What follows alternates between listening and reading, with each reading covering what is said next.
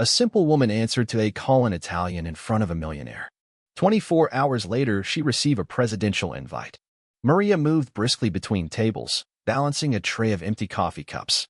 She wasn't anyone important, just the quiet girl who worked long shifts at Café Vittoria, barely noticed, rarely spoken to unless it was for an order. Her clothes were plain, her shoes worn, her expression neutral. She had long learned the art of blending in. She had just cleared the corner table, where a group of well-dressed men had sat earlier, when she spotted it. A phone. Sleek. Expensive. Left behind on one of the wooden chairs. It began to vibrate. At first, she ignored it. She was no stranger to forgotten items, scarves, sunglasses, even wallets, but something about the phone ringing felt different. Loud, persistent, as if whoever was on the other end wasn't just calling, they needed to reach someone urgently. Maria glanced toward the cafe's counter. Her boss wasn't watching. She looked at the phone again. It continued to buzz. Unsure but drawn by a sense of responsibility, she picked it up. "Pronto, ci parla?" she said quietly, her voice careful, respectful. There was a pause on the other end. Then, a man's voice, sharp and direct. "Is this Mr. Rinaldi's phone?" The name struck her instantly. Rinaldi. She'd heard it before. A man of power, influence, wealth far beyond anything she'd ever known. Maria steadied her tone. "This phone was left on a chair," she replied in clear Italian. "I work here. I just answered it so it wouldn't be lost." The voice shifted, still serious, but now tinged with urgency. "Please, stay there. Someone will come for it immediately. Don't give it to anyone else."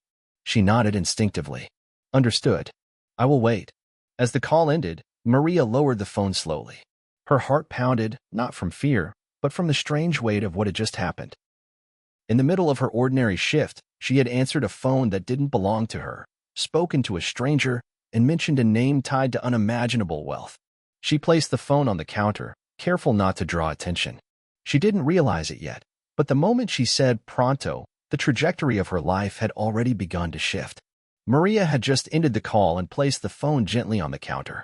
Her hands lingered over it for a second longer than necessary, as if unsure whether she had done the right thing. The number, the name, Rinaldi, still echoed in her thoughts. She took a quiet breath, ready to resume her duties and keep the phone safe until someone returned for it. Then the kitchen door slammed open. "Maria." The voice cracked across the cafe like a whip. Heads turned. Out came Mr. Vieri, apron stained, eyes blazing. His shoes clapped hard against the floor as he marched toward her. Customers paused mid-sip, spoons hovered in the air. Conversations died. "What do you think you're doing?" he shouted, pointing at the phone. "Are you out of your mind, answering a guest's private call?"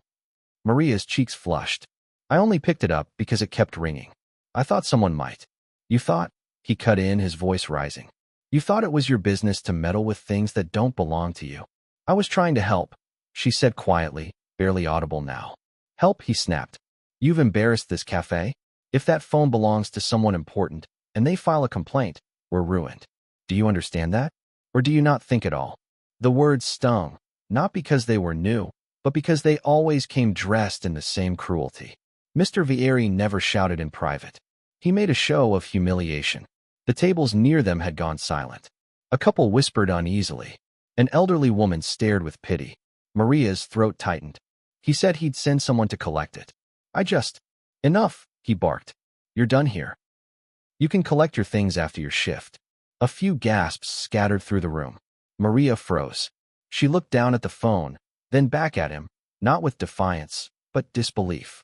She hadn't taken anything. She hadn't stolen, lied, or broken a rule that mattered. She had answered a call. That was all. And yet, she was being stripped of the little she had. The cafe, once a blur of routine, now felt like a stage with every eye fixed on her, some sympathetic, most indifferent. Mr. Vieri turned to walk back, satisfied by the damage left behind. Then someone rose from the corner. A man. He adjusted his jacket as he stepped forward, slow and deliberate. His posture was confident, but not showy. His gaze was sharp, his presence magnetic. He had been there the whole time, unnoticed until now. He stopped beside Maria. His eyes flicked to the phone on the counter, then settled on Mr. Vieri. "That won't be necessary," he said calmly. Mr. Vieri turned, confused. "Excuse me." The man held up a small ID wallet. "No theatrics, just quiet authority. That phone is mine. The cafe seemed to stop breathing. Maria blinked, stunned. Her mouth parted slightly, but no words came. She recognized him from the papers, the occasional news story, the murmurs of the wealthy who sometimes passed through town. This wasn't just a customer. This was the man behind the name she had heard over the call. Mr. Vieri took a step back. Mr. Rinaldi. I didn't realize. Rinaldi didn't let him finish. I watched everything, he said, voice steady. And I heard enough. Maria stayed still, eyes wide. Her pulse was loud in her ears. She hadn't asked for anyone to defend her. She hadn't expected rescue. Yet here was a man, powerful, composed, interrupting on her behalf. Rinaldi turned slightly, glancing at Maria, his voice softer. You answered because someone needed help. You did the right thing. The words didn't come with ceremony or grandeur. They were simple, but they hit harder than any applause. Maria felt her eyes sting, but she held herself together. There wasn't space for gratitude yet. Not here. Not with everyone watching. Mr. Vieri looked as though the ground might give out beneath him. He tried to speak again, but the tension in the room made it impossible to recover. His authority had evaporated in seconds. Rinaldi looked back at him, not angry, just done. I'll take my phone now. He picked it up, then turned to Maria one last time. She didn't move. She didn't speak. But something had shifted. She had gone from invisible to seen, from accused to acknowledged, in front of the very people who had dismissed her. And as Rinaldi prepared to leave, the cafe was no longer just a place of noise and routine. It had become the quiet ground where everything changed. For a moment, no one moved. The cafe remained frozen, as though the walls themselves were holding their breath. Mr. Vieri, usually so loud and dismissive, stood stiff with an open mouth and nowhere to hide. Maria's hands remained by her side, clenched slightly, though she tried to appear calm. She wasn't sure whether to brace herself or exhale. Then the man, Mr. Rinaldi, shifted his weight slightly, his gaze still fixed on the red-faced cafe owner. He wasn't angry. His tone wasn't harsh. But something in his voice, in his very presence, demanded attention without raising volume. I'm Mr. Rinaldi, he said quietly, yet every syllable carried. And this young woman has done nothing wrong. No one interrupted. He turned to Maria now. The intensity in his face softened, and something sincere flickered behind his sharp eyes. She did what many wouldn't, he continued, addressing not just her but the room. She protected what wasn't hers. With honesty. And grace. The hush deepened. Even the sound of traffic outside seemed to fade. Maria blinked slowly, absorbing his words like a language she hadn't heard in years, one of recognition, of value, of quiet validation. Her breath caught, not from nerves, but from disbelief. It felt surreal to be defended, and by someone like him. Mr. Rinaldi glanced at the phone still in his hand, then back to her. She could have ignored it. She could have walked away. But she answered with respect, in flawless Italian. Her boss looked away, hands fidgeting at his sides. He opened his mouth as if to explain, maybe excuse his earlier outburst, but no words came. Rinaldi didn't need them. He reached into the pocket of his suit and drew out a small card, nothing flashy, just his name, and a discreet number printed in gold. He handed it to Maria. She stared at it, hesitant. Don't worry, he said with a faint smile. It's not a test. It's a door. He stepped back, letting her take it without pressure. Her fingers touched the card as though it might disappear at any second. A tremor of confusion and wonder passed through her chest. And just like that, her name had shifted from a background whisper to something worth remembering. People began to murmur now, quietly, mostly among themselves. A few had their phones out, but one woman, seated near the back wall, raised hers deliberately. She pressed record and kept it steady, capturing the quiet drama unfolding before her eyes. The phone didn't make a sound, but its lens was watching. Rinaldi turned once more to Mr. Vieri, who now looked 2 sizes smaller. Sometimes, he said, calm but cutting, the simplest people show the greatest dignity. The words landed with weight. They didn't sting with cruelty, they revealed a truth. Vieri nodded, but it was the kind of nod that came not from understanding, but from knowing he had lost. Maria clutched the card tightly. She hadn't said much since the ordeal began. Not because she was weak, but because silence had always been her shield. Today, that silence had become a strength. Rinaldi offered one final look, a subtle nod, then turned and left the cafe. As the glass door shut behind him, the buzz returned, not from the street, but from inside. Customers murmured to one another, eyes still darting toward Maria. The woman who had filmed put her phone down, whispering to her friend with wide eyes, "Did you get all of it?" She had.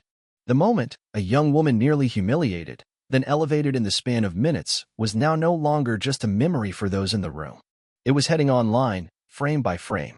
Maria didn't notice at first. Her fingers still pressed around the business card like a lifeline. She wasn't thinking about social media or virality or the fact that someone had just recorded the most pivotal moment of her life. She was still standing where her world had cracked open. She turned toward the counter, her boss behind it, now pretending to reorganize menus. He didn't meet her eyes. And for the first time, she didn't care. What mattered was not the apology that never came. What mattered was that someone had seen her, truly seen her. Not for her mistakes, not for her uniform, not for her silence, but for a choice she made without expecting anything in return. And that choice was now echoing beyond the walls of the cafe. Morning came, but it brought no calm. Maria walked into Café Vittoria with the weight of 1,000 new eyes following her, even if they weren't physically there. Her phone hadn't stopped buzzing through the night. Friends, strangers, journalists, the world had exploded around her. But the cafe looked the same. Worn chairs, tired tablecloths, the same clock that ticked slightly slower than time. Except one thing had changed: Mr. Vieri. He stood awkwardly behind the counter when she entered, wiping the same spot for far too long. The man who just yesterday had nearly torn her down now nodded stiffly, like a child forced to apologize. His eyes darted away whenever she glanced his way. "Morning," he muttered. Maria responded with a small nod and headed to the espresso machine. She didn't need his apology. The silence was enough. Customers filled the tables quickly, some throwing curious looks her way. Was that really her? The girl from the video? Maria kept her head down, focusing on orders, grateful for something familiar to occupy her hands. Frothing milk, pouring shots, wiping trays. It felt almost normal. Almost. Then her phone rang. She hesitated. The sound sliced through the clatter of dishes like a blade. She pulled it from her apron pocket and checked the screen. No name. Just a long number. "Excuse me a moment," she whispered to a customer before stepping aside and answering. "Hello." A crisp voice responded, calm and direct. "Good morning. Is this Miss Maria Giordano?" "Yes," she said cautiously. "This is the office of the president." Maria blinked. Sorry. The what?" "The president's office." "I assure you this is not a prank." Her fingers tightened around the phone. Her body froze mid-breath. "We're reaching out because the president saw the footage of your recent encounter at Café Vittoria. He was moved by your integrity, your humility, and your strength under pressure." Maria didn't speak. Couldn't. "He would be honored to meet you," the voice continued.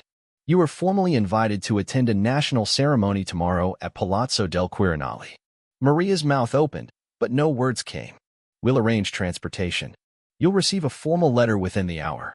She tried to find footing, any stable ground beneath the storm building in her chest. "Why me?" There was a pause. Then, "Because sometimes, Miss Giordano, the country needs to be reminded that greatness doesn't always wear titles. Sometimes it wears aprons and speaks with sincerity." Tears welled in her eyes. She tried to respond, but her throat closed tight. "Do you accept the invitation?" Maria nodded instinctively, then remembered to answer. Yes, I do. Thank you. Details will follow shortly. And again, congratulations." The line clicked, and the silence that followed felt louder than the cafe itself. Maria stood motionless, the phone still pressed to her ear. Behind her, a spoon dropped. Someone gasped. She turned slowly to see her boss watching from the counter. Eyes wide, jaw slack, as if the world had flipped upside down and no one warned him. "You all right?" he asked, voice shaking. Maria wiped the corner of her eye and gave a faint, disbelieving smile. "That was the president's office," she said simply. The words hit like thunder. Conversations hushed. Chairs creaked as people leaned in. The same girl he had nearly fired for answering a phone now had the country's highest office calling her. Vieri looked like he'd seen a ghost. His lips parted, but nothing came out. He reached for a cup, missed, then quickly pretended to clean the counter again. Anything to avoid meeting her gaze. Maria returned to the espresso machine, heart racing, soul shaking. Her hands trembled as she placed the next cup on a saucer. She glanced at the door. Everything outside looked the same, but nothing was. She wasn't the same. She had been made small for so long, dismissed by those who never bothered to look past her apron, her silence, her simplicity. But the world had looked, and the president had listened. The black car slowed to a stop in front of the grand iron gates of Palazzo del Quirinale. Uniformed guards stood at attention, cameras lined the perimeter, and flashes sparked like tiny lightning bolts behind the barricades. For a moment, Maria didn't move. She sat still in the back seat, one hand resting on her lap, the other gently clutching a folded note she had written the night before, just in case someone asked her to speak. A soft knock on the window pulled her back into the moment. A woman in a navy blue suit opened the door and offered her a reassuring smile. "You're ready." Maria nodded, though her heart wasn't so sure. As she stepped out, the world blinked. Photographers leaned forward, shutters clicked rapidly. Reporters shouted her name from both sides, calling in different languages, voices overlapping in urgency. But Maria didn't flinch. She walked steadily, gracefully, dressed in a pale blue gown that didn't try to impress, but spoke of elegance and intention. It wasn't about wealth. It never had been. She crossed the marble courtyard under the gaze of people who, just days ago, had never known her name. Inside, the palace glowed with polished grandeur. Golden chandeliers, tall ceilings, red carpets that rolled out like invitations. She was led through arched halls, past dignitaries and officials who stood to greet her with respectful nods. Ministers whispered to one another, curious yet cautious. And then she entered the hall. It was larger than she imagined, hundreds seated in silence, the room tense with anticipation. At the far end stood the president, framed by the national flag and the gleaming emblem of office. Maria took her place in the front row, hands folded tightly. Her pulse beat against her ribs like a drum, but her face remained composed. She had learned, long ago, how to stay calm when the world stared too hard. The president stepped forward. His voice carried across the hall, not with force, but with conviction. In moments of uncertainty, we look for examples, not in grand gestures, but in quiet decisions. In integrity without cameras. In grace without applause. He paused, eyes sweeping the room. Maria Giordano reminded us what dignity looks like. The hall remained still, the silence heavier than before. She did not ask to be seen. She did not act for recognition. She simply answered a call, literally, and chose to protect something that did not belong to her. And in doing so, she protected something greater, the character of this nation. A murmur of agreement rippled through the audience. She stands here today, not because of wealth or status or title, but because of principle. And for that, we honor her. He gestured toward the aide standing nearby. The woman approached Maria and held out a small velvet box. Inside, gleamed a medal. As the president pinned it to her gown, the hall erupted in applause, not polite, not forced, but thunderous and real. Some rose to their feet.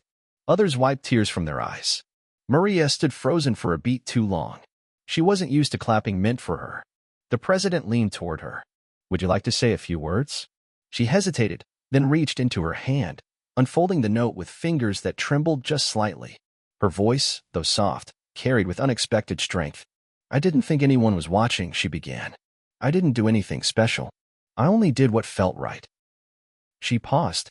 The room waited. Growing up, I learned to keep my head down, to work hard, to stay out of the way. I never imagined standing here, or being seen, or being heard. But today, I'm reminded that the smallest actions matter.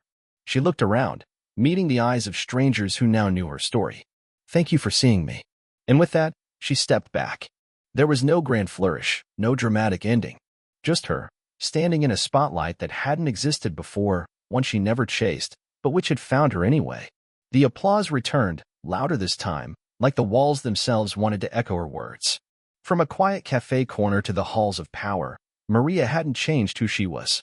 But the world had changed the way it saw her. The town hadn't changed. The streets still echoed with bicycle bells and church bells. Market stalls still burst with ripe tomatoes and haggling voices. Old men still gathered on worn benches to argue about football and politics, and pigeons still strutted across the square like they owned the cobblestones. But Maria had changed. Her steps felt lighter now, not because her burdens had vanished, but because she no longer carried them in silence. She walked through the same narrow lanes, the same sunlit corners, but the world no longer looked past her. Eyes followed her with something new: recognition, respect, wonder. People who once rushed past her in line now smiled. Some offered handshakes.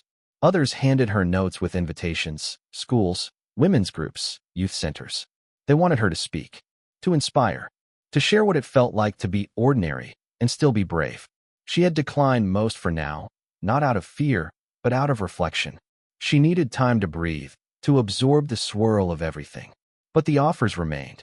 One foundation even included a scholarship, full tuition, any field, any city. It felt like a doorway had opened into a world she had only ever watched through windows. Maria turned a corner and found herself in front of Café Vittoria. For a moment, she paused. The green umbrellas still flapped in the breeze. The same menu board leaned against the doorway. And there, behind the glass, was Mr. Vieri adjusting a stack of menus with far more focus than necessary. He glanced up. Their eyes met. He gave a quick, nervous smile, then raised a hand in an awkward wave. Maria nodded. No bitterness. No pride. Just a quiet acknowledgement of everything left unsaid. Then she kept walking. There was nothing for her inside that cafe anymore. The chapter had ended. As she reached the heart of the square, the murmurs began. Is that her? Mama, that's the girl from the video. Can we take a picture with you? A group of children rushed toward her, their eyes wide with excitement. She laughed softly and crouched as they surrounded her, holding phones, giggling with awe. She posed for a few photos, listening to their questions about the president, the palace, the medal. They didn't ask about politics or power. They wanted to know how it felt. To be scared, to be kind, to be seen. And Maria answered with the same honesty that had brought her there in the first place. When they ran off to play, she stayed behind. She walked to the stone fountain at the center of the square, the same one she used to pass without a second glance, too focused on getting to work on time.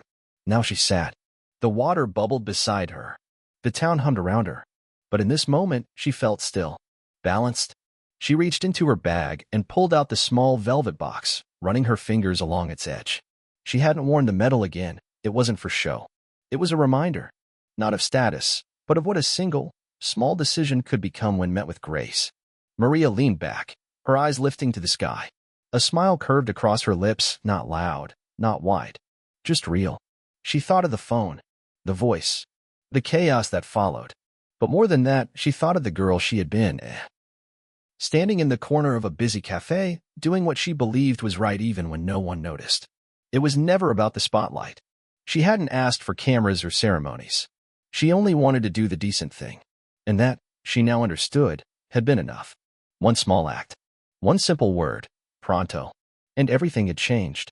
From shadows to spotlight, from silence to recognition, not because she fought for attention, but because she never stopped being true to herself. Now, as laughter echoed and the sun warmed the stones beneath her, Maria realized she wasn't waiting anymore. Not for permission. Not for praise. Not for her life to begin. It already had. Don't forget to smash that like button, hit subscribe, and turn on notifications. Share this video. Thank you.